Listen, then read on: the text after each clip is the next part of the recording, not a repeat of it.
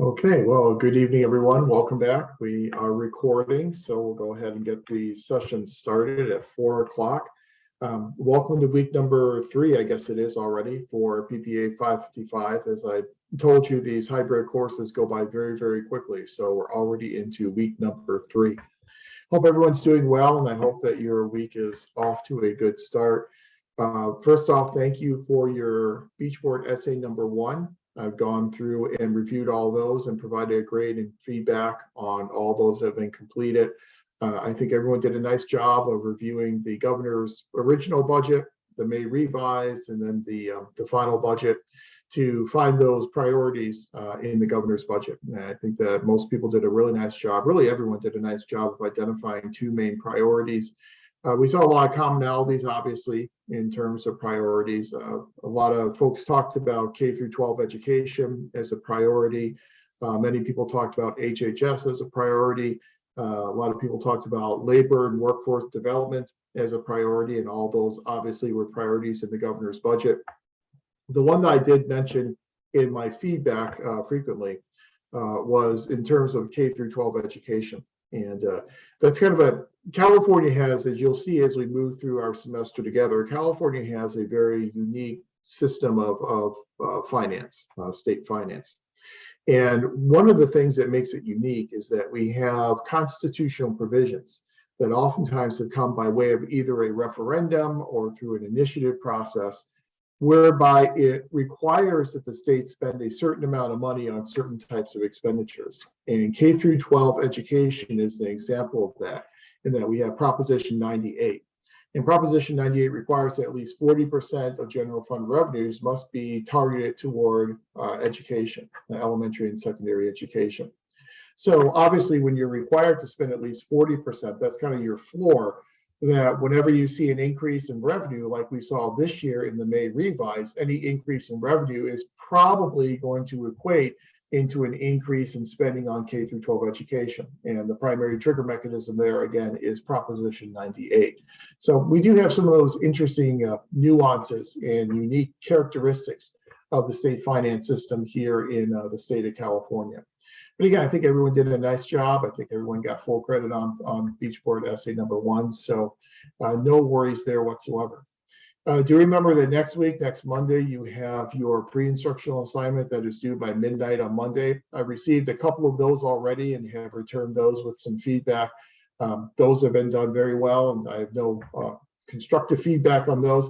Again, just to recap, for the pre-instructional assignment, you're obtaining a budget from a city. And I've talked to several people about their city budget, and I think everyone who's presented a budget and said, will this budget work? I've said yes, because again, as long as it has a good budget summary, then the budget's probably going to work well for the pre-instructional assignment. And then in this pre-instructional assignment, again, you're answering those 8 questions. If you don't have the information to answer a question, you can just simply say, I do not have the information to answer that question. But I do expect that everyone will be able to identify the top 3 sources of revenue and provide a table for those 3 sources of revenue, and the top 3 areas of expenditure, and provide an expenditure table as well. I think everyone should be able to do that, irrespective of your experience or lack of experience dealing with public sector budgets. So the pre-instructional assignments due next Monday, and because one of those questions on the pre-instructional assignment asks you to assess the type of budget format that the city is using, I thought what we would do tonight is we would just focus on budget process tonight, and we'll see how we do getting through that information. But I'm kind of loath to get into a discussion of budget formats this week, since I kind of want you to do the pre-instructional assignment without the classroom information on budget format. So I think what we'll plan on tonight is we'll cover budget processes tonight, however long that takes us. If it's an early night, so be it. And then we'll hold off on budget formats to next week. And then next week's class, we'll do budget formats and analysis and accounting. I think we can certainly get all those topics taken care of next week. The budget format discussion tends to be relatively brief, and so I don't think it'll take up too much time next week. So for this week, we're going to focus primarily on budgeting processes. But before we jump into our information for tonight, are there any questions or anything at all before we start covering budget process? Okay, no good. All right. Okay, very good. Just to foreshadow this discussion a little bit, the way in which I handle a discussion of budgeting process is that we'll talk generally about the 4 different phases or cycles in a general budgeting process. And then we will look at the federal budgeting process and go through some of the nuances in the federal budgeting process to then serve as a guide for understanding how state and local governments do their own budgeting. Now, whenever you talk about the federal budget process, I think I mentioned to you before, is that it's such a difficult and convoluted process that even people who have been in Congress for decades don't know all the details and the intricacies of the federal budgeting process. Because over time, what we've done is we have passed new laws and regulations and procedures to overlay on top of previous laws and regulations and procedures, and it's just made for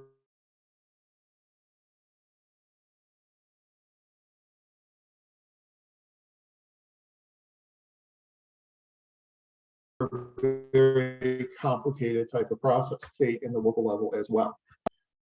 So I hope you can still hear me. So okay, I'm a little unstable with my connection. So I'm going to go ahead and turn off my camera, and hopefully that will make my internet a little bit more stable. Okay, so let's talk about the 4 different phases or cycles in budgeting. And the 4 different phases or cycles in budgeting are preparation, formulation, implementation, and audit and evaluation. Those 4 phases characterize the federal budget process, but they also characterize state and local processes as well. So we'll go through each one of those 4 stages in the budget process and talk about what goes on in each one of those stages, when those stages tend to occur in the calendar year, and who is involved and who's responsible for what in each one of those stages. So let's start out first with a discussion of the preparation phase of budgeting in the federal budget process. Again, using the federal process as a tool to understand state and local processes. Now, the goal, obviously, after this discussion tonight is not that you will become an expert in the federal budgeting process. Again, that would take decades, and you could do an entire academic program on the federal budgeting process and probably not cover all the nuances and details. But rather, I just want to give you kind of the broad brushstrokes of how the federal budgeting process works, and then talk about how that translates then here in the state of California. So in the first phase, the preparation phase, this is where the executive level budget is being created. At the federal level, the federal budgeting process is an executive-driven process. Just like in California, the state budgeting process is also an executive-driven process. And so the process really begins with the executive branch with the chief executive. So in the executive branch, we have one very important organization for preparation known as the Office of Management and Budget. The Office of Management and Budget is the primary clearinghouse for the president when it comes to financial matters and budgetary matters. OMB has a responsibility to put together the executive budget for then transmitting it over to Congress in your second phase of budgeting, which is formulation. So in preparation, OMB puts out a call for budget requests from all the different agencies and departments across the entire federal government. It also prepares what it calls its current service estimates. And so OMB every year will put together a very important document called the current service estimates. Current service estimates are estimates of how much money it will cost us next year to maintain our current level of service provision that we have provided for this year. So how much will it cost next year to continue doing the current services that we did this year? OMB produces this current service estimates, again, to kind of give us an idea of how much money we're going to need in next fiscal year's budget. So OMB is doing this type of work and these types of projections and estimates and forecasts on the executive side of the equation. And then on the legislative side, you have a counterweight organization known as the Congressional Budget Office, or the CBO. The CBO's primary responsibility is to produce what it calls its baseline budget projections. They use a somewhat different methodology than what OMB uses, but these baseline budget projections will project out, again, how much money we think we're going to generate in revenue and how much money we need to spend in order to continue doing the services that we've been doing in the previous fiscal year. The interesting thing is that you have OMB doing its projections at the same time you have CBO doing its projections. OMB serves the president, CBO serves Congress. So OMB is serving the wants, needs, and desires and the policy perspectives and initiatives of the president, whereas CBO is providing for and serving the needs of the legislature of Congress. CBO is a legislative organization, and so the head of CBO works for Congress. It provides its estimates and forecasts to Congress. OMB provides its estimates and forecasts to the president and the executive branch. So since you've got these two organizations that are kind of both doing their thing at the same time and doing somewhat similar types of projections and estimates and forecasts, the question is, who's better? And who does a better job of it? OMB on the executive branch side or CBO on the legislative branch side? And there have been a lot of studies in public budgeting trying to ascertain which of these organizations is more accurate and is less biased than the other organization. And accuracy and bias, whenever we're doing forecasts and projections, there are two related topics, but they're not the same. When you're talking about accuracy, you will take the projection or the forecast and you will compare that to what actually happens. So here's our forecast for fiscal year 2022. That at the end of fiscal year 2022, we'll see what actually happened and we'll compare the forecast to reality. That's a measure of accuracy. There's no plus or minus. There's no directionality with accuracy. It's just how close did our projections come to what actually happens. With bias, you have a plus or minus. So bias is, are you routinely over forecasting revenues? Are you routinely under forecasting revenues? Are you routinely overestimating expenditures? Are you routinely underestimating expenditures? So we would hope that our projections are both accurate as well as unbiased. And what these studies have found over the years is that OMB and CBO projections tend to be relatively accurate, especially in comparison to the projections and forecasts coming out of private sector organizations. So not only is OMB and CBO doing these types of projections and forecasts, but then you also have private sector entities that are doing their own forecasts and their own projections at the same time. And OMB and CBO tend to be pretty accurate in comparison to private sector counterparts. The difference between OMB and CBO projections really comes down to the issue of bias. OMB projections tend to be more biased than CBO projections. And OMB projections tend to be a little bit more optimistic than what we see coming out of CBO. There's this old saying in budgeting called rosy scenario. And rosy scenario is when OMB will over forecast revenues and under forecast or underestimate needed expenditures to make the fiscal picture look better. And it's really not terribly surprising to us that OMB would engage in rosy scenario because OMB is serving the president. And OMB wants to provide a fiscal picture that is conducive to all the president's policy goals and all the president's policy aims. So OMB tends to overproject revenues and underestimate expenditures as compared to CBO. They also use different methodologies too, and that kind of accounts for some of the differences in the results as well.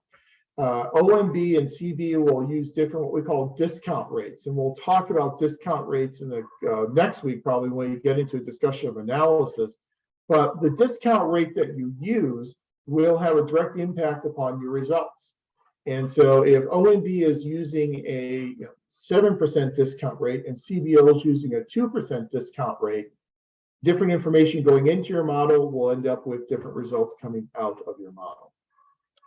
So both are pretty accurate. OMB does tend to be a little bit more optimistic than what we see with CBO, but they'll provide all these estimates and forecasts and projections, and we'll talk in analysis next week about some different methodologies we can use in producing revenue forecasts and expenditure estimates. So we'll get in kind of the nuts and bolts of that next week. In addition to OMB putting together its projections and its current service estimates, it will also then put out its call for budgets from all the different agencies and departments in the federal government. It's what used to be called Circular A22. And so OMB would ask all the agencies, come up with your budget requests, send your budget requests to OMB. OMB then receives those budget requests. OMB then reviews those requests. Typically, OMB will then reduce those requests and will make budget cuts.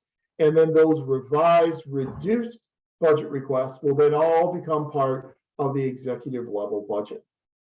So again, OMB is arguably the most important organization in the preparation phase of putting together the president's executive budget. Once OMB pulls all this together, then you have the executive budget that the president is then ready to deliver to Congress. Once the president has the State of the Union address, usually in late January, and then produces the budget and delivers the budget to Congress in early February, we then shift from the preparation phase into the second phase known as formulation. So the big difference here is once we move into formulation, the president's budget has now gone to Congress for Congress's consideration. Formulation is all about congressional action. So throughout formulation, this is where Congress reviews the president's budget, makes changes to the president's budget, and then eventually will pass out its own appropriation and authorization bills in time, hopefully, for the beginning of the new fiscal year at the federal level. So formulation begins in early February whenever Congress receives the president's budget. Formulation will then run from early February, at least in theory, until September 30th, which is the end of the current fiscal year. Congress is supposed to be done with formulation by the beginning of the new fiscal year on October 1st. So the federal fiscal year runs from October 1st until September 30th. So Congress needs to have all of its jobs done in formulation no later than September 30th, have those appropriation bills signed by the president to then go in effect for the next fiscal year on October 1st. That rarely ever happens. And we'll talk about why that doesn't happen in a second. We'll talk about what we do when that doesn't happen in a second as well. But if the process works the way it's supposed to, whenever the president's budget goes to Congress in early February, that budget will then go directly to the budget committees. There is one budget committee in the House of Representatives and a budget committee in the US Senate. So each body has its own budget committee. Those budget committees receive the president's budget, and then by April 15th, they must pass what are called budget resolutions. And by April 15th, the resolution that comes out of the House Budget Committee and the one that comes out of the Senate Budget Committee, that's what's referred to as our concurrent budget resolution. So by April 15th, these committees must pass out a concurrent budget resolution. This concurrent budget resolution is an extremely important document because the concurrent budget resolution will establish the maximum amount of spending that may occur in each programmatic area. So the concurrent resolution on the budget will say, here's the maximum amount of money that can be spent on education by the Department of Education. Here's the maximum amount of money that can be spent on Veterans Affairs by the Department of Veterans Affairs. Here's the maximum amount that can be spent on defense spending. Here's the maximum amount that can be spent on health and human services. So for each of those spending areas, the concurrent resolution on the budget will put a ceiling or a cap on the amount of money that can be spent. So that's supposed to be done by April 15th. And one thing to be wary of is that every April 15th, once Congress has passed this concurrent resolution on the budget, you'll have a lot of members of the media saying, we have a budget. The budget is done, and here's the budget for next fiscal year. We don't have a budget. All we really have we have the limitations of how much money that can be spent. But we don't yet have a budget in place. That's not going to come for several more months. The whole idea of the concurrent resolution on the budget is to try and impose some fiscal discipline on Congress as it goes through the budget formulation process from April 15th until the end of September. So once this concurrent resolution on the budget is passed on April 15th, and we have these spending caps in our different spending areas, then the action shifts to the appropriation committees. And there is one appropriations committee in the House, and there's one appropriations committee in the Senate. Each appropriations committee will have 12 separate subcommittees, each subcommittee dealing with a different area of spending. So an education appropriation subcommittee, a VA appropriation subcommittee, and so on and so on. So each area of spending will have its own appropriation subcommittee. Now, these appropriation committees will deal with a type of spending referred to as discretionary spending. And there are essentially two different types of spending. There's discretionary spending and there's mandatory spending. So two broad categories of spending in the federal budget. Discretionary spending is just what it sounds like. It's spending that Congress has direct discretion over. And by direct discretion over, we mean that if Congress decides we want to spend less money on this program, they can decide to spend less money on that program. They can do that directly because they have direct control over how much is being spent on that program. However, there is an ever-increasing part of the budget that's known as mandatory spending. Mandatory spending is spending that Congress does not have direct control over. So some examples of mandatory spending are things such as interest on the federal debt. Whenever Congress borrows money, Congress must repay that money and make principal and interest payments on that money that it has borrowed. Congress cannot just say, we're not going to make these debt payments anymore. Because if you say you're not going to make the debt payments anymore, then you destroy the credit rating of the federal government. You destroy the credit rating of the federal government, and world economic markets will collapse overnight. You can't do that. You have to pay for that debt, pay off that debt. So that type of debt, making those debt payments, that type of expenditure is mandatory. Congress does not have direct control over that type of spending. Another good example of mandatory spending is what we say is spending on entitlement programs. And you've probably heard a lot of talk about entitlement programs. You may be familiar with what entitlement programs are. But an entitlement program is a program whereby certain recipients or potential recipients are legally entitled to these benefits if they meet certain types of eligibility criteria.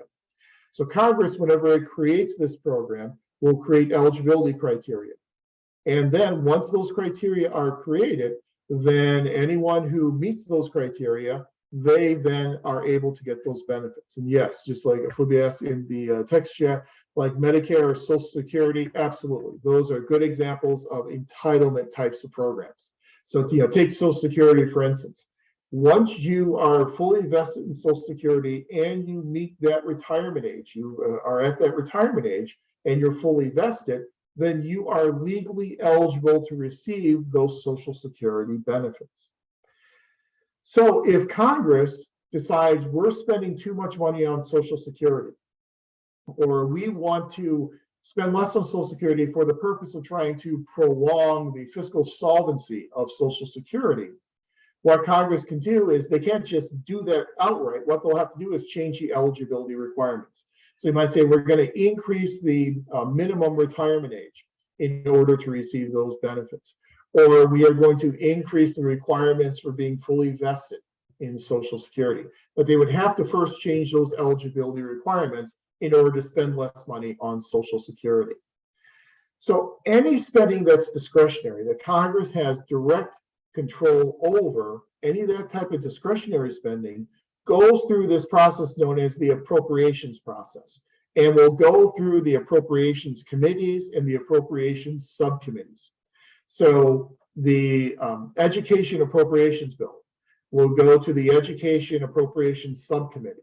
That subcommittee will then hold hearings on that bill, will mark up that bill, which means just making amendments to that bill, and will then pass that bill up to the parent appropriations committee. The Parent Appropriations Committee will then take that bill as passed by the subcommittee, will then hold hearings, will then do markup and make amendments, and then pass that bill out to the floor of the House. And then the same type of process then happens over in the US Senate. But that's for discretionary spending. It goes through the appropriations process and into one of these 12 appropriation bills. If you've got a mandatory spending type of program, that does not go through normal appropriations. A mandatory spending program will go through an authorization process, and then you'll have a different set of authorization committees. And then if you want to make changes to the eligibility standards for a social welfare program, that proposal would then go through the authorization committee. The authorization committee would then have to decide whether or not to make those changes to eligibility requirements and what changes to make. And then once those changes are passed in the floor level at the House and the Senate and signed by the president, then you can then end up spending less money on that program because you've changed those eligibility requirements and you've tightened those eligibility requirements. So we have a two-path, if you will, federal budgeting process, an appropriations path and an authorization path. Appropriations for discretionary spending, authorization for mandatory spending. But then to make it a little bit more complicated, then there's what's called a reconciliation process. And reconciliation has really been at the forefront of the news recently, because reconciliation is a process that was designed to try and bring these appropriation bills in line with the limitations that were initially proposed under the concurrent resolution on the budget. So you got to kind of reconcile that. So the resolution on the budget saying we're spending X amount of money on education programs, and then your education appropriation bill spends more than that, you're going to have to reconcile those two amounts. And you're going to have to find a way to get the amount that you're spending on education down to match the ceiling that was first passed on that concurrent resolution on the budget. But where Congress has kind of carved out a little wiggle room for itself in reconciliation is that in the concurrent resolution on the budget, sometimes what Congress will do is within that resolution, they will identify certain programs and certain areas of spending that are subject to reconciliation. And so if something is put in a resolution and it says it's subject to reconciliation, when you then get to the reconciliation process, what you can do in the US Senate is that you don't have to worry about a filibuster, in that anything that's in the reconciliation bill that is identified as being a reconciliation item, then later on in the formulation process, whenever the Senate considers it, in order to pass it, you don't need 60 votes, you only need a bare majority in order to pass that piece of legislation. We saw that with the most recent, or whatever it's called, Inflation Reduction Act. That was done through reconciliation. And by doing that through reconciliation, again, you don't have to get 60 votes. You don't have to worry about a filibuster. It's basically filibuster proof once it gets to the floor.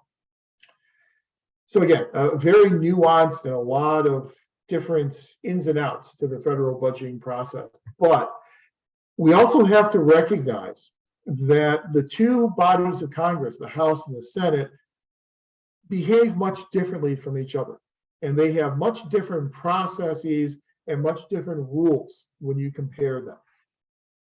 So just to add another layer to it, in the House, before a bill, whether it be an appropriation bill, an authorization bill, whatever it is, before it goes to the floor of the House, it must first go through an additional committee known as the Rules Committee.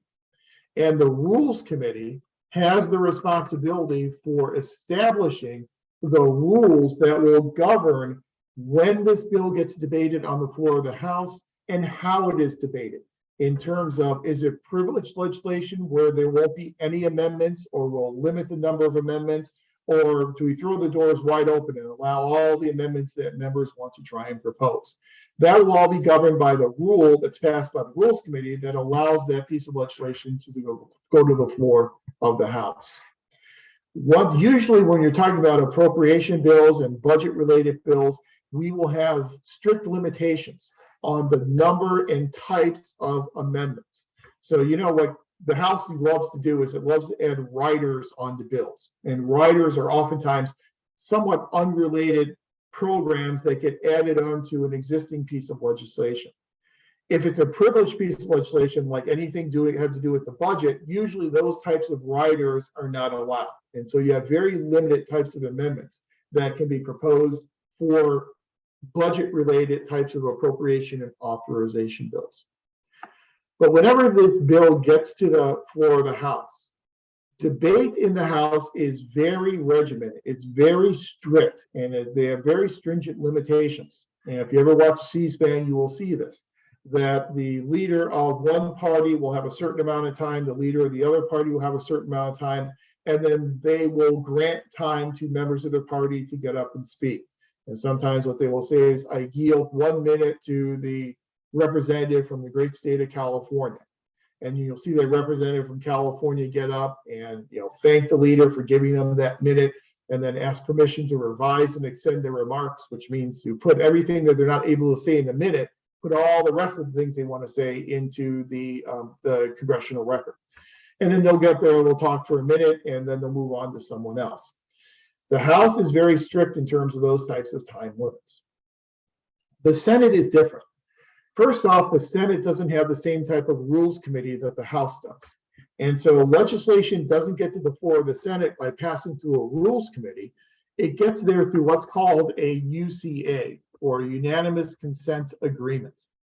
And a unanimous consent agreement means that all members of the Senate have agreed to allow this bill to proceed to the floor of the Senate.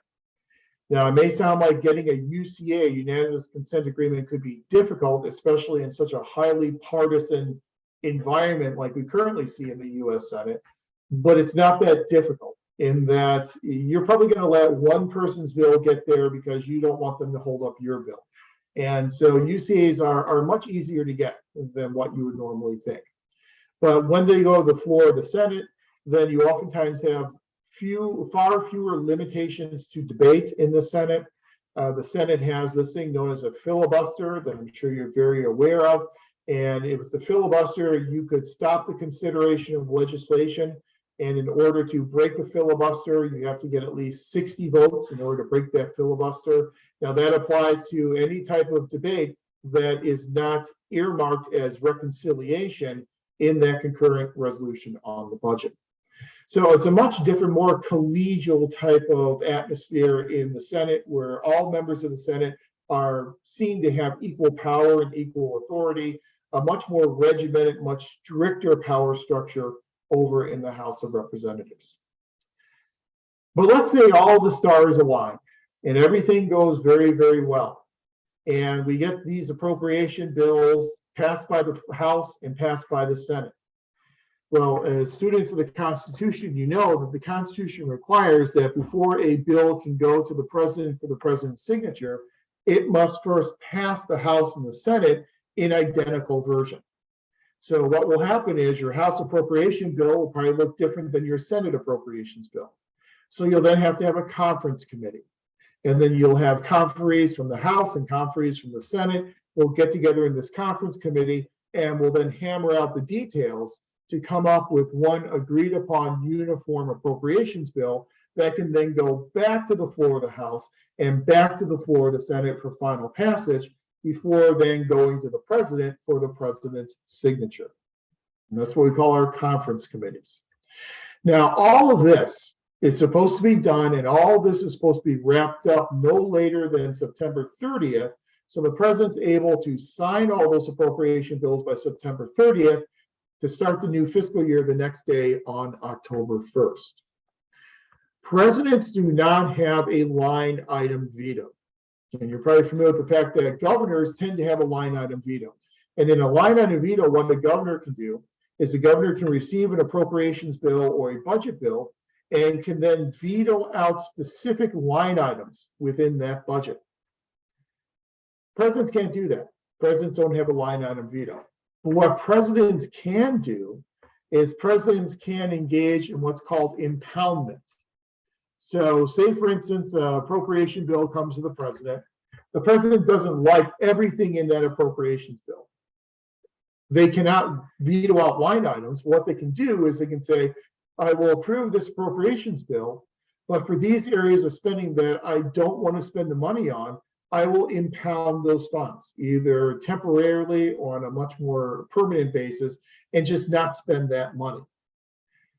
That type of impoundment, where the executive branch decides not to spend money that's being appropriated by Congress, has been really the bane of the Congress's existence over the years. And we'll talk in a few minutes about some of the ways that Congress has tried to limit the ability of presidents to engage in that type of an impoundment practice, just refusing to spend the money. Another thing we'll sometimes see presidents do is they will issue these things called presidential signing statements. And a presidential signing statement allows the president to go ahead and sign this bill, but then to make a public proclamation about what they disagree with in this bill. So they'll say, I'm signing this bill, but I disagree with this program because I believe this program will not be effective, or whatever the reason is. And they'll make these public proclamations through these signing statements. So they sign the bill, but they also make a statement in opposition to elements of that bill. But the idea is that by September 30th, the president signed all these appropriation bills, and off we go on October 1st into the new fiscal year, and we start spending that money. The problem is that because of all the nuances to the budgeting process, because of a lot of the gridlock and the political polarization that we see in Congress, it has become very rare for Congress to be able to get its entire job done in formulation, have all these appropriation bills to the president by September 30th, and have them all signed to start the new fiscal year on October 1st. If that does happen, then on October 1st, once the new fiscal year begins, we then start the third phase of implementation. However, because that doesn't usually happen, it's very rare for that to actually occur.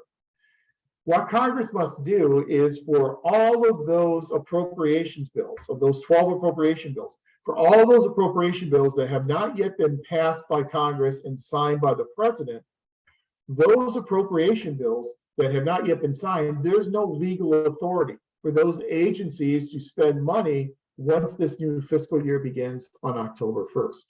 So if you don't have the VA appropriation bill signed, the VA technically has no legal authority to spend money on October 1st. So what Congress then does is, for all these appropriation bills that have not yet been passed, so say you've got 3 or 4 that haven't been passed yet, Congress will pass what they call continuing resolutions in those areas. So in a continuing resolution, what Congress may say is, they'll say, okay, we haven't passed the Veterans Affairs bill yet, but we will pass a continuing resolution that will allow the VA to operate on October 1st for the next 2 weeks at 80% of what it was able to spend during this period of time last year. So we look back from October 1st to October 15th of last year, we see how much the Veterans Affairs Department spent, and we then, the continuing resolution, we then appropriate that amount of money so that they can operate for the next 2 weeks. And we'll do that for each one of the agencies, well, each one of the spending areas that have not yet been passed and signed by the president. Now, those continuing resolutions are stopgap measures just to keep the federal government running. Those are temporary measures. So continuing resolutions have sunset provisions in that they will expire typically after 2 weeks, sometimes it's 3 or 4, but typically they'll expire after 2 weeks. When those continuing resolutions expire, and Congress has still not passed those appropriation bills and not been obviously signed by the president, we need to do something else. And so we pass another continuing resolution for another 2 weeks, and then another one for another 2 weeks, and another one after that, and so on and so on. And it's not unprecedented to see Congress pass continuing resolutions throughout the month of October and November and December and all the way into January, and still not come to agreement on those appropriation bills to pass on to the president. What happens is, once you have all these continuing resolutions, eventually someone is going to blink. Either Congress or the president's going to say, enough with continuing resolutions. At that point, when you no longer have those continuing resolutions, you no longer have the legal authority for those agencies and departments to spend money. That puts you at a juncture, and you kind of got this fork in the road. One thing you could do is you could engage in a government shutdown. If the president says no more continuing resolutions, the president can shut down those parts of the government that no longer have legal authority to spend the money. And we've seen this in the past few years. We saw it twice in the Trump administration, where there was a partial government shutdown. So things like the IRS ended up getting shut down to a skeleton crew. And so if you had any issues with the IRS, you weren't able to contact them because they had no telephone service or anything, because those services had been shut down. Same type of thing with a lot of the direct administration, in that you had like Social Security offices that were shutting down and things such as that. So you have a partial government shutdown. The partial government shutdown is done in order to put pressure on both parties to come to an agreement on an appropriation bill. Because eventually there's going to be public outcry because they're not getting the services that they need to get. They can't go to the federal offices they need to go to. And so therefore that public outcry will put political pressure to approve the appropriation bill. So that's one path. And we have seen that done over the past few years. That's a very painful path because citizens are hurt by that. Government employees are hurt by that, at least temporarily. Although in the past government shutdowns, what we've done is for those federal employees who were told not to come into work, once they did return to work and once the appropriation bill was passed, they then ended up getting retroactive pay. So they weren't completely hurt, and they tried to hold them harmless, but still it's a big disruption when you're told don't come to work for the next 2 weeks or the next month.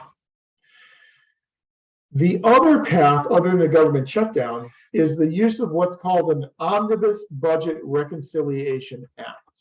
And I'll put that in text chat. An Omnibus Budget Reconciliation Act. And again, if I misspell something, I'm typing and talking at the same time. But Omnibus Budget Reconciliation Act, otherwise known by the acronym of OBRA, O-B-R-A.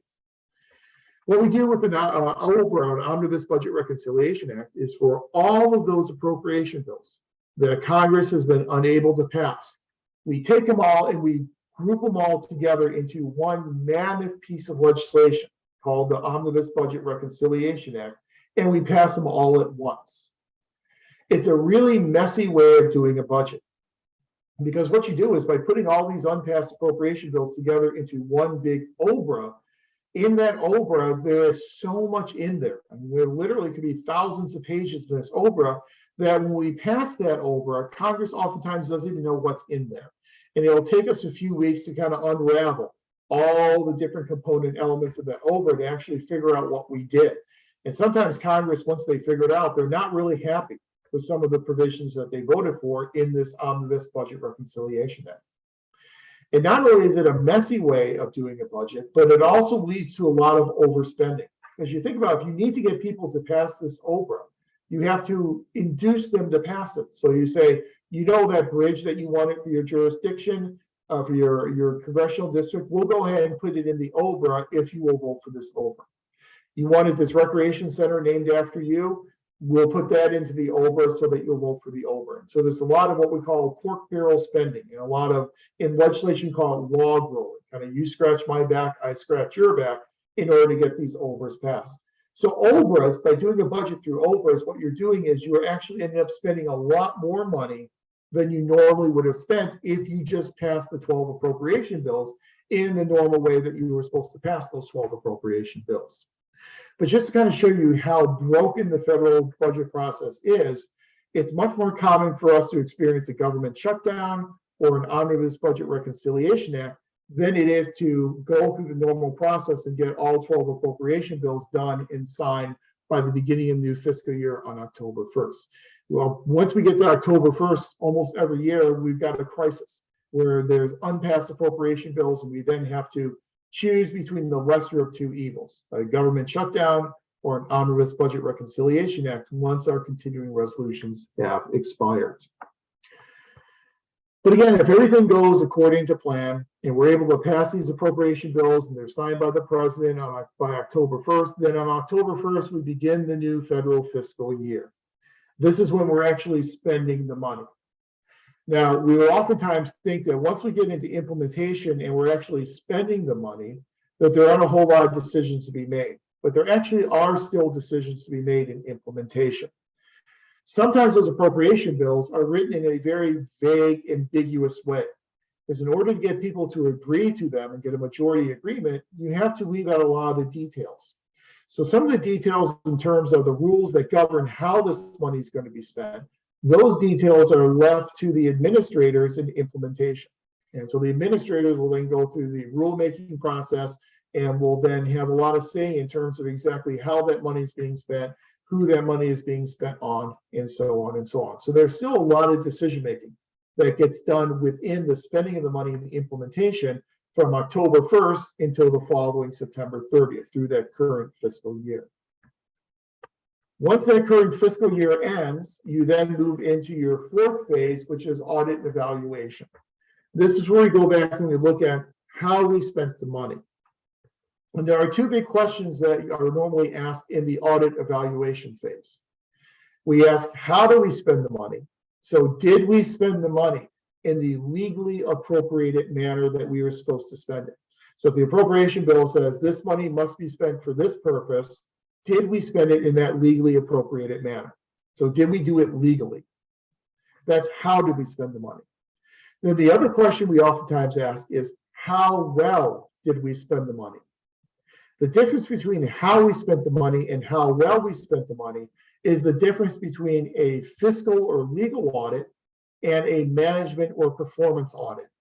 In a legal or fiscal audit, we ask, how do we spend the money? Did we spend the money in the legally mandated way we should have spent that money? In the performance or management-based audit, we're asking the question, how well did we spend the money? Did spending the money on this purpose help us achieve our goals and our objectives? How well did we achieve our program policy goals by spending this money in this way? And so we typically have those two types of audits that are done in the audit and evaluation phase. One of the most important, really the most important organization in audit and evaluation is this organization known as the GAO. It stands for the Government Accountability Office. Back in the day, it used to be the General Accounting Office, but because of the expansion of its duties and responsibilities, we renamed it the Government Accountability Office. The Government Accountability Office does a lot of these examinations, evaluations, and audits. And if you're interested in how any federal program is performing, you can go to the GAO's website, and they literally produce every single year hundreds upon hundreds of reports on the effectiveness and efficiency of federal programs to see how well we are spending our federal appropriations. And there's actually on the GAO site, you can sign up for a newsletter from the Comptroller General, who is the head of the Government Accountability Office, and actually receive a list of all the reports every day that they are being produced. So we spend that time going back and looking at how we spent the money and how well we spent that money. So those are our four basic phases of the federal budgeting process. It's very important to note that these phases overlap with each other, in that when we are in the formulation phase for next year's budget, we're in the implementation phase for this year's budget, and we're in the audit and evaluation phase for the prior year budget, and we're in the preparation phase probably for 2 years from now. And so all four of those phases are going to overlap on each other, and we're dealing with many fiscal year budgets all at the same time. So this year's, we're spending the money and we're planning the money for next year, and we're auditing the money we spent last year, and you can see how they all overlap. And the entire federal budget cycle for one given fiscal year will probably last longer than 3 calendar years to get you from preparation to formulation, to implementation, and then finally to audit and evaluation. So it is a very complex and convoluted process. Again, this is just the very tip of the iceberg. We're not getting into a lot of the nuances in federal budgeting. But one thing we have learned just from this very cursory look at the highlights and the overview of the federal budget process, in that the federal budget process doesn't work all that well. And we have struggled in the federal budget process, number one, to get federal budgets done on time. That's always been a struggle. not only to get the budgets done on time, but to bring the budgets in budget, to bring them in so that revenues are at least equal to expenditures. That's something we have struggled mightily with at the federal level. If you go back to 1969, from 1969 to 2022, we have had 2 years of a federal budget surplus. Every other year has been a federal budget deficit, where our expenditures have exceeded our revenues. So because of those problems, we have initiated a lot of reforms over the past several decades. And I think it's instructive for us to kind of look at some of those major reforms to the federal budget process and kind of evaluate how well they worked in terms of trying to get budgets done on time and to try and balance our revenues and our expenditures. 2 things we have been woefully inadequate at trying to accomplish. The first thing to recognize in terms of reforms is the creation and modification of this thing called the Office of Management and Budget. The antecedents of this Office of Management and Budget date all the way back to 1921 with the creation of this thing known as the Bureau of the Budget. In the 1930s, if you remember from your 500 class, there was a big reorganization of the federal bureaucracy. It's a result of the Brownlow Commission. We ended up creating this thing called the Executive Office of the President to help the president manage all these new agencies and all of these new programs that were being created to try and contend with the Great Depression. Well, we took the Bureau of the Budget in 1937 and we put it into the Executive Office of the President, recognizing that it's not just an organization to put the budget together, it's really very much of a management organization, that it helps the president manage the fiscal relationships with other agencies and departments across the federal bureaucracy. So much so that by 1970, we decided just go ahead and rename it from the Bureau of the Budget to the Office of Management and Budget to again recognize and actually put in its title the increased role of management in the functions of the Office of Management and Budget. So as in 1970, we have our modern Office of Management and Budget. The Office of Management and Budget is a very powerful tool for the president. And Congress was somewhat resentful of the assistance that the president got and the information the president was able to get from this Office of Management and Budget. And Congress wanted their own organization to give them that same type of information. It wanted more power, and it wanted to become a co-equal in the budgeting process. So in 1974, we get this huge piece of legislation that we still talk about and use today called the Budget and Impoundment Control Act. And the Budget Impoundment Control Act still governs a lot of those processes we've talked about earlier tonight in the federal budget process. So the goals of the Budget and Impoundment Control Act were multiple. Number one, Congress wanted to make itself a co-equal in the budgeting process.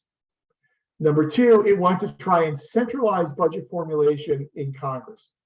Before this time, whenever the president's budget came to Congress, it bounced all over the place. It went to every committee and subcommittee, got a piece of the budget. It was kind of a mess. So they wanted to centralize it so that the president's budget would go first to specific committees in the House and the Senate. It wanted to try and eliminate deficits because by 1974, we had run 5 consecutive years of deficit. Now, right now, 5 consecutive years of deficit sounds pretty nice to us because, again, we've had over 50 years of deficits going back to 1969. And it wanted to try and get the budget done on time because, again, we were failing to get that budget done by the beginning of the new fiscal year. So what did it do? It created these budget committees in the House and the Senate. So this is where your House and Senate budget committees come from this Budget and Impoundment Control Act. And it empowered those committees to get the president's budget first and then to pass these budget resolutions. Now, back in 1974, the requirement was that the budget committees would pass 2 budget resolutions each. The first budget resolution would be passed no later than May, and it would be non-binding. So the House Budget Committee would say, here are the recommended maximum amount of money that we can spend on all these different policy areas. But it wasn't required, it was merely recommended, it was non-binding. Then on September 15th, they would once again pass a resolution, but this second budget resolution would end up being binding. The problem with that is that whenever they pass these non-binding resolutions, it basically just tipped off interest groups that, it looks like your program's going to be cut. So all these interest groups then descended upon Congress to lobby Congress to get all the funding they wanted restored. So it highly politicized the budgeting process, and it opened the doors of Congress wide open to special interest influence. That second budget resolution that came in September that was binding was too late in the process. It came 2 weeks before the end of the fiscal year, and it just needed to happen earlier. That's why we took those two resolutions, we combined them together into a concurrent resolution on the budget, due, not ironically, on April 15th. It then created the Congressional Budget Office that we talked about earlier to serve as a counterbalance to the Office of Management and Budget. It changed the beginning of the fiscal year, and it set the beginning of the fiscal year to October 1st, ending on September 30th, to buy itself more time in that first year to get its budget done. It attempted to control what's known as backdoor spending. Backdoor spending is defined as any spending that Congress does outside of the normal appropriations process. So if it's discretionary spending and it's not happening through the appropriations process, that's called backdoor spending. It's coming in through the back door. It's coming in outside of the normal rules and regulations. They want to try and control that backdoor spending. The problem, though, is that they exempted 80% of the budget, 80% of discretionary spending from these limitations on backdoor spending. So once you exempt 80% of your budget, you're not really controlling anything.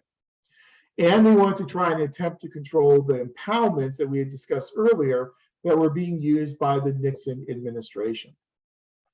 So how did it go? Not very well. Again, the budget resolutions failed because the first was non-binding and the second one came too late. So we ended up combining them together into the concurrent resolution on the budget. Congress's attempt to try and control presidential impoundments failed as well. And that attempt failed primarily because it was unconstitutional. Every now and then, Congress has a nasty habit of passing bills that end up being unconstitutional. And this is an example of an unconstitutional act by Congress. Essentially, what Congress said is there are two different types, not to get too much in the weeds, but there are two different types of impoundments. Presidents can use what are called deferral impoundments or rescission impoundments. A deferral impoundment is the president saying, I'm not going to spend the money now, so I'm going to hold on to it, but I will spend it in the future. So sometimes presidents will use deferral types of impoundments in order to try and sync up spending with when you're receiving federal income tax revenue. So it's just kind of a housekeeping type of thing.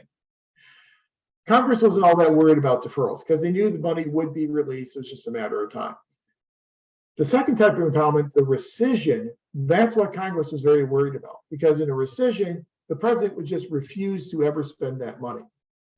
So what Congress tried to do is they said, if a president is going to rescind these funds, they're going to use a rescission type of impoundment, then we can override that rescission with a majority vote by either the House or the Senate. So we can basically override a presidential action with a majority vote of one or the other body of Congress.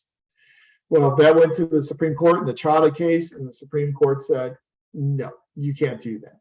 The Constitution is very clear that if you want to override a presidential action, you have to have a 2/3 vote of both the House as well as the Senate.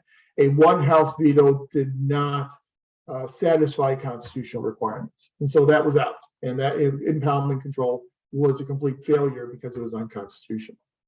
As we said, the backdoor spending limitations were failures as well because up to 80% of the budget was exempted from those limitations. And so you weren't really limiting anything. So the Budget Impoundment Control Act did not help the Congress avoid deficits. It did not help Congress get budgets done on time. It did not help Congress limit the impoundment power of the president. It kind of failed on all those main points. However, despite its failures, the general framework is still in place today. We still have an October 1st to September 30th fiscal year. We still have a House and Senate Budget Committee. We still have the idea of resolution with a concurrent resolution on the budget. So those types of devices are still alive and well today in the federal budgeting process, even though the act failed to accomplish its ultimate goals and objectives. So in 1971, we have this big reform to the process of the way in which we put together the federal budget. As we move into the 1980s, we become much more concerned about deficits than we are about congressional power or getting the budget done on time. Once we get into the mid-1980s, we had then run 15 to 16 years of federal budget deficits, and every year in the 1980s, those deficits were getting bigger and bigger and bigger. And so members of Congress became very concerned about deficit spending, and the deficit became the enemy. So you had three members of Congress, Phil Gramm from the state of Texas, Warren Rudman from the state of New Hampshire, and Fritz Hollings from the state of South Carolina. You had essentially a Republican, an independent, and a Democrat coming together in a bipartisan piece of legislation known by common vernacular as Gramm-Rudman-Hollings 1, named after the three folks who co-sponsored it. The idea behind Gramm-Rudman-Hollings 1 was that we could control and eliminate deficits by establishing these things called maximum allowable deficit targets. So each fiscal year, we would have a target for the maximum allowable deficit. And that's as high as our deficit can go, that imbalance between revenues and expenditures. So it would limit how much more we were spending than what we were taking in. If in any one of those years, Congress failed to meet its maximum allowable deficit target and it exceeded that deficit target, a process would be put in place called sequestration. That's your 25-cent word of the night, sequestration. Sequestration was a procedure by which, if you exceeded your maximum allowable deficit target, the president would then come in and do across-the-board cuts to spending until we got spending down enough so that we met our deficit target. Sequestration was designed to be such a politically repugnant type of activity that no one would want to engage in it. Presidents would not want to do it, members of Congress wouldn't want to do it. And so sequestration is supposed to be the hammer that would keep us from running deficits and keep us in line with our maximum allowable deficit targets. The problem with Gramm-Rudman-Hollings, a couple problems. One major problem is that it was unconstitutional. So once again, Congress has passed an unconstitutional law. In Gramm-Rudman-Hollings 1, the sequestration process, the president would come in and would make these across-the-board cuts. However, the legislation required that the Comptroller General, the head of what at that time was called the General Accounting Office, would oversee presidential sequestration. So you have an employee of Congress overseeing the president. That's a clear violation of separation of powers, and the Supreme Court threw it out. So that was it for that part of Gramm-Rudman-Hollings 1. On a more practical basis, Gramm-Rudman-Hollings 1 did not reduce deficits because Congress would continue to, if they would exceed a deficit target, they would just revise that deficit target. So let's change our timetable. So we'll just revise the target for this year, revise it for next year and the year after that. Then the next year, if you missed that target, you would revise it upward and so on and so on. So they just kept moving the goalposts basically. 2 years later, they got Gramm-Rudman-Hollings 2, and as usually is the case with sequels, the sequel was not any better than the original. They took out the unconstitutional sequestration provision, but they still continued to adjust their deficit targets. And so there really was not that political will to reduce deficits. And so by the time we get to 1990, Gramm-Rudman-Hollings 1 and 2 were both failures in terms of trying to eliminate deficits. Our deficits continue to grow and grow and grow. So we hit the 1990s. And in 1990, we get this very important piece of legislation called the Budget Enforcement Act. The Budget Enforcement Act decided that we needed to change our focus. Rather than focusing on deficits, because it just allowed Congress to revise their deficit targets, we should focus on the root cause of deficits. And the root cause of deficits, according to Congress, was runaway spending.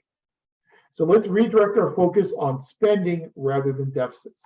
If we can reduce our spending, we can then reduce and eliminate deficits. And commonsensically, it makes sense. If you're spending less money, you're probably going to reduce the amount of deficit that you are running. It also attempted to impose some fiscal discipline through the creation of these things called firewalls. So the Budget Enforcement Act, what we did is we created three main categories of spending: domestic spending, international spending, and defense spending. We then created firewalls between those three different categories, saying that if you want to create a new domestic program, you have to pay for that by reducing a domestic program. You can't rob from international programs to pay for new domestic spending. You can't rob from domestic spending to pay for new defense spending. Those are three separate categories of spending, and you cannot cross over those category firewalls. Again, an attempt to try and implement some type of fiscal discipline. It also introduced this concept known as PAYGO, and PAYGO stands for Pay As You Go, something that we're probably familiar with in our private lives, but Congress was not very familiar with this. Pay As You Go meant that if you wanted to create a new spending program, you would have to offset the cost of that new spending program by a spending decrease within that same spending category. So you're going to create a new social welfare program, you have to pay for it by reducing spending on another domestic program. You want to create a new international aid program, you have to pay for it by decreasing spending on another international aid program. You have to pay as you go. So you either pay for new spending with a reduction in current spending, or you can pay for new spending with an increase in revenue, which is something that most elected officials don't like to do. But again, pay-go, try and impose that fiscal discipline. And so by doing so, you're reducing your spending to try and get control over your budget deficits. Those different categories of spending are still with us today in the federal budgeting process, so they're still alive and well. And the process of pay-go comes and goes. It's not used every year by both chambers of Congress, but every now and then you'll hear members of the Senate bring pay-go back into the budgeting discussion. And so pay-go is kind of transient, and that's still there, but it's just not used every single fiscal year. What the Budget Enforcement Act did, in combination with a series of additional balanced budget acts in 1993 and 1997, allowed us to get control of deficits. So much so that by 1999 and 2000, we, at least on paper, were doing surplus spending. So we no longer had deficits, we had more revenue than we were paying out in expenditures. Now, that was not just the sole reason. The sole reason was just not the Budget Enforcement Act and the Balanced Budget Acts in 1993 and 1997. You have to combine along with that some modest tax increases that were proposed along the way. You remember that, I don't know if you remember, but George H.W. Bush, when he ran for president in 1988, he was elected in 1988. When he ran for re-election in 1992, he had promised in 1988, no new taxes. And his famous line was, "Read my lips, no new taxes." He then approved some new taxes in order to try and eliminate deficits. And he paid the price at the ballot box in 1992 and ended up losing his re-election bid because we had some of those tax increases. But I think probably the most important factor that led us to surplus spending was a very quickly growing economy. Think about the 1990s, you had the dot-com boom, and you had the internet really starting to blow up, and you had all these Silicon Valley companies that were making immense amounts of money. And so you had a lot more revenue flowing into federal government coffers than you had had before, combined together with these spending cuts that we got in 1990, 93, and 97. You combine all that together, and you ended up with the elimination of deficits at the end of the 1990s. Now, obviously, September 11th occurred, and when September 11th occurred, and we then ended up with the Iraq War, and we ended up with the war in Afghanistan, you had a lot more spending, and that then pushed us back into deficit spending, and we've been in deficit spending ever since. So for the most part, we have a federal budget process that we have tried to reform through both reforming the process as well as trying to control deficits and then trying to control spending, and has given us this very complex patchwork, if you will, of a federal budgeting process. So what is that federal budgeting process and that patchwork of laws and procedures? What do they mean then for how budgets are done at the state level? When you look at state budgeting, for most states, it's still a very executive dominated process in a similar fashion as at the federal level. Wisconsin is one of your most executive driven budget processes, but we are not far behind here in California. Here in California, the budgeting process starts with the governor's office and the Department of Finance. The Department of Finance kind of plays somewhat of a similar role for the governor as OMB plays for the president at the federal level. Here in California, on the legislative side of the equation, the Legislative Analyst Office, the LAO, kind of provides a similar type of function as the Congressional Budget Office does for Congress at the federal level. But the budget process in California begins with the governor and the creation of the governor's budget. That will begin in January. And as you know from your reading of for your Beach Board essay number 1, the governor proposes their budget in January. It then goes to the state legislature. There's not a whole lot that really occurs until that May revise. People kind of keep their powder dry, so to speak, waiting to see what happens in the May revise. And then a lot of the budget action happens as a result of that May revise and all of our revised revenue estimates. And then the state legislature, by statute, is supposed to then approve the budget bill. We don't have different appropriation bills. We have a basic budget bill that is approved by the state legislature no later than June 15th, to then be signed by the governor no later than June 30th for the beginning of the new fiscal year on July 1st. So we operate under a different fiscal year here in California than the federal level. If you deal with any federal grant programs, you might find that to be a little awkward in that here in California, it's July 1st to June 30th. At the federal level, the fiscal year is October 1st to September 30th. But it's a very executive-driven process. So by being an executive-driven process, the governor, when they put that budget together, they can frame the questions. And then the state legislature must then deal with the questions as framed by the governor. Now, in the state of Texas, it's a lot different. It's a much more legislatively driven process. So in the state of Texas, you have a legislative budget board that's made up of leaders from the state legislature. And the legislative budget board works together with the governor's office to put that initial budget together. So the legislature is very much involved in the preparation phase as well as the formulation phase. Here in California, the preparation phase is primarily done by the executive branch with some work, obviously, by the Legislative Analyst Office, but it's a primarily executive function here in California, mirroring what goes on at the federal level as well. Before we get into local governments, though, let's talk about a few more nuances with how the budgeting process works here in California. So as I said, we got the May revise that comes sometime in the middle of May. And as you read when you did your Beach Board number 1, you know that that thing gives us our updated revenue projections that we can then use for determining what the final state budget will look like. That budget then gets approved by the state legislature by June 15th. We, of late, have not had much trouble getting that budget approved by the state legislature because of a couple of things. One reason why it's easy to get it approved by the state legislature is because of one-party control here in California. As you know, the Democratic Party has essentially a 2/3 majority in the House as well as a 2/3 majority in the state Senate. And so it becomes very easy for the Democratic Party to then push these budgets through the state legislature.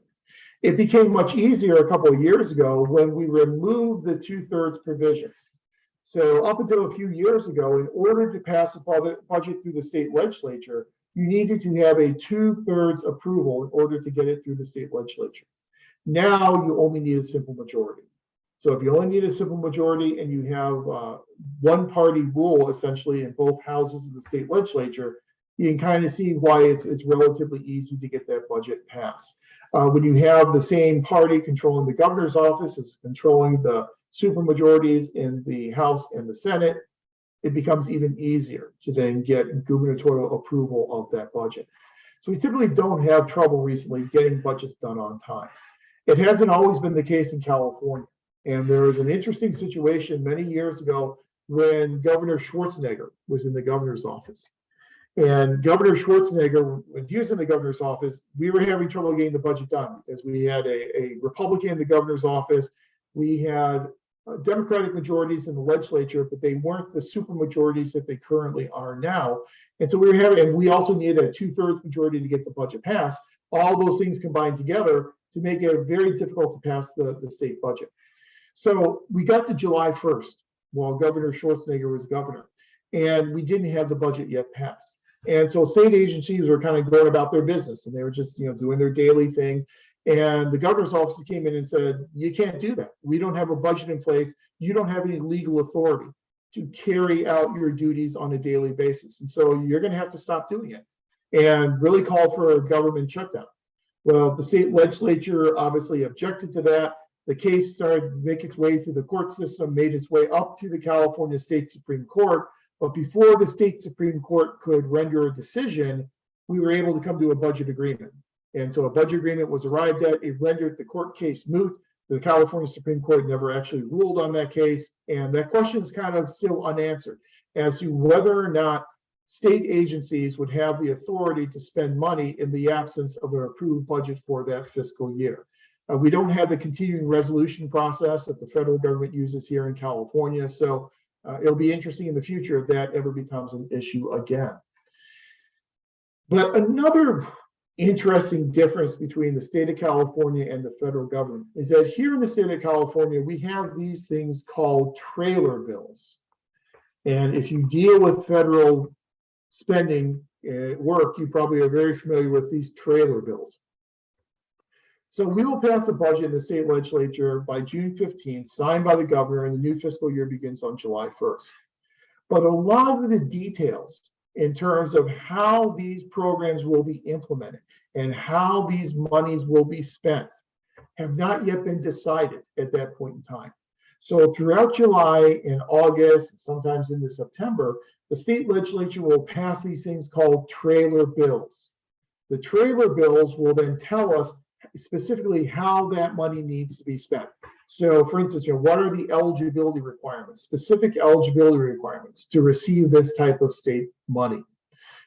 We saw this, in terms of COVID relief money. How do school districts, how are they supposed to spend this COVID relief money? Well, they really didn't know until those trailer bills came out to then give them the specifics about exactly what you can spend that money on and what students can then benefit from that money. So a lot of the nuances and details here in California in our budget come from those trailer bills that are passed after the state budget has been passed by the state legislature and signed by the governor. So whenever you want to understand the actual specifics of how California is spending its money, you got to go beyond just the state budget. You got to look at these trailer bills because they will give you all the specifics about how much and how this money is being spent. And again, that's a kind of unusual situation we don't see at the federal level, and we also don't see in a lot of other state governments. Now, again, I know we're down to 5:20, so let me just wrap it up, this discussion up with a discussion of local governments, because I know most of us work at the local level. And so how does this then translate to local government budgeting? How it translates, I think, will depend upon the type of local governance system that government is using. So is that governance structure a strong mayor form of government? Is it a weak mayor form of government? Is it a commissioner form of government? Is it a reformed government and what we refer to as a city manager type of government? That's going to have an impact upon who puts the budget together and whether it's an executive or a legislatively dominated process. So I'm sure you're familiar with the difference between a strong and a weak mayor form of government. It doesn't speak to the incumbent in the office. It speaks to how that position is elected. In a strong mayor form of government, you have an independently elected mayor. That independently elected mayor then builds their own repository of power. And so if you've got a strong mayor form of government, that strong mayor is probably going to have a lot of influence in at least the preparation of that budget to then be transmitted to city council. So you kind of have a similar situation to what you see in California as well as at the federal level. However, as a lot of our cities, we have weak mayor forms of government. And in a weak mayor form of government, the mayor comes from the city council. So the mayor is a member of the city council. One of the most common ways you do it here in California with the weak mayor form of government is you do it on a rotational basis. So you have your city council elections, then when that new city council is seated, they will then select among their membership who will be mayor this year, who will be mayor pro tem, who will then ascend to be mayor the following year, and you just kind of do it through that rotational type of basis. It doesn't have to be done rotationally, and so sometimes you'll see it not go in rotation, and it'll cause quite a big fuss among city council members who all want to be mayor. But it's the mayor is a member of city council. When the mayor is a member of city council, it's a weak mayor form of government. Obviously, the mayor is not going to have a lot of say in the budget. It's going to be a little bit more of a legislatively controlled type of process. Then we have some local governments that are more of a commissioner form of government. Here in California, we have kind of a commissioner form of government at the county level. We have multiple executives in the form of our county board of supervisors. So we have 5 supervisors on a county board of supervisors. They share both executive as well as legislative functions. So you kind of commingle the executive and the legislative together in that type of a commissioner type of government. You can also have commissioner forms of government at the local level. When I lived and taught in Illinois, the city at the college town that I lived in was a commissioner form of government, in that we had 3 commissioners, and each commissioner was the head of a different executive department. So one commissioner was the head of the public works department. One commissioner was the head of the recreation department. And so they were executives, but they also served on the city commission, which also made them legislators as well. So we really concentrated a lot of budget power within those 3 individuals. Then you have reform governments. And as you know, a reform government is a government that has a city manager that is normally hired by the city council. And in a city manager form of government, oftentimes the budget will come from the city manager's office. However, that city manager is employed by the city council, and that city manager reports to the city council. And so in that type of a city manager form of government, you're still going to have a very heavy legislative influence on that local budgeting process. It's also going to depend upon whether or not the local government is a charter government, whether or not the local government has home rule powers under a charter provision. Here in California, you can become a charter government. If you have a certain population density, you can become a charter government where you can essentially write your own city charter, which serves as your constitution. Charter governments have a lot more flexibility in how they prepare their budget and their budget processes than general rule cities. A general rule city that does not have its own charter will be controlled by state government code in terms of putting the budget together, when the budget needs to be done. That will all be governed by state law. Charter governments, they can govern it themselves with their own charter and their own constitution. So I think the best answer in terms of local government budgeting is it depends. It depends on whether or not it's a charter government. It depends on what type of governance structure it has, whether it's a strong mayor, a weak mayor, a commissioner form of government, or a reform government such as a city manager form of government. But for the most part, regardless of whether we're talking about the federal level, the state level, or the local level, we kind of follow those 4 basic phases of the budgeting process: preparation, formulation, implementation, and then audit and evaluation. So what I would hope that you would take away from this past hour and a half is essentially some of the major aspects of the federal process that then inform how we do it here in California and at the local level, and some of the ideas about some of the flaws in that federal process, and some ways we have tried to rectify those flaws, and some of our successes and failures in trying to rectify those flaws in the process. Again, if you compare California to the federal level, here in California, we do a much better job getting our budgets done on time. We do a much better job avoiding deficits than what we have at the federal level. But there are some huge differences in terms of running deficits at the federal versus the state level.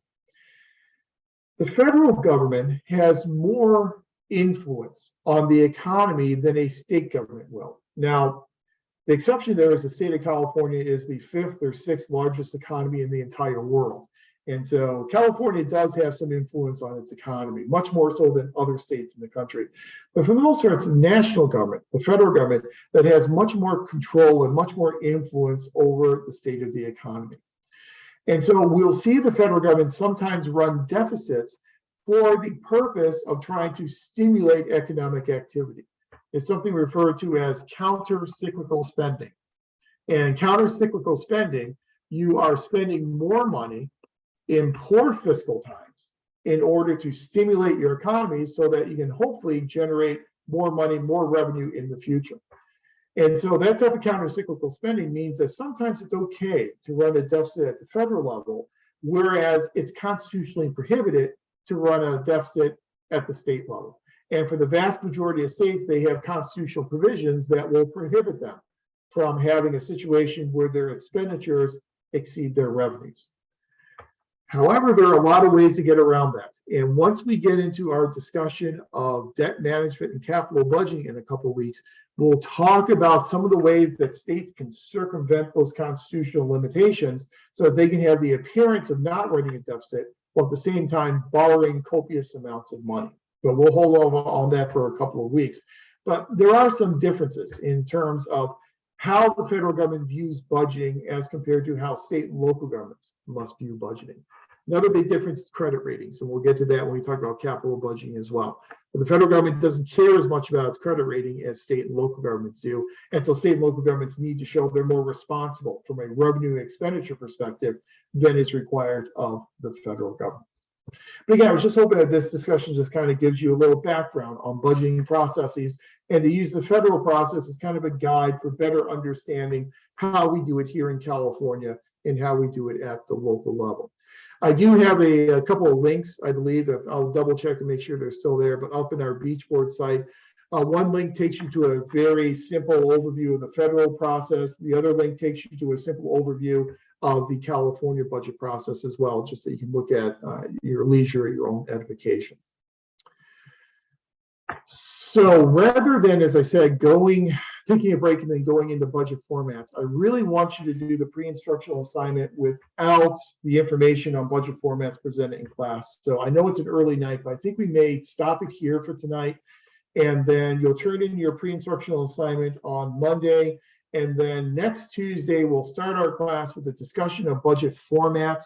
I'll go through the 4 main budget formats, and then I'll show you examples of what those budget formats look like, so that when you get to part 1 of the post-instructional assignment, you'll have all the information that you'll need on the post-instructional in order to identify what type of format your city is using. So we'll do that in the first half of class next week. Then the second half of class, we'll turn our attention to budget analysis, and we'll talk about some of the reasons why we analyze budgets and some of the different tools we use for those different purposes of budget analysis.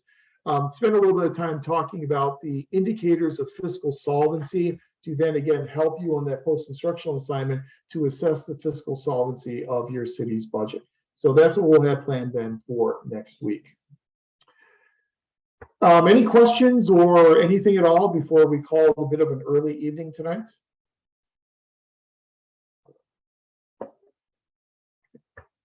All right, if not, if any further questions come up on the pre-instructional assignment, feel free to shoot me an email. Otherwise, I'll see you back next Tuesday. Let's see. Flavia said, I guess it seems contradictory in some measure that fiscal conservators are against large debt and large spending. Yeah, it all depends upon the reason why you're doing the spending and the reason why you're incurring those debts. Debt's not always bad. Debt can be good. If it's paying for a needed capital type of expenditure, that's a quote unquote good type of debt. If you're borrowing money in order to try and offset a spending imbalance between revenues and expenditures, that's bad debt. And so credit rating agencies really look very closely at the use of that debt, and they can distinguish very clearly between what's good debt and what's bad debt. And so, sometimes we do this counter-cyclical spending. We spend more money, we incur more debt, we run deficits in order to put more money into the economy, in order to supercharge the economy to really get more revenue in the future.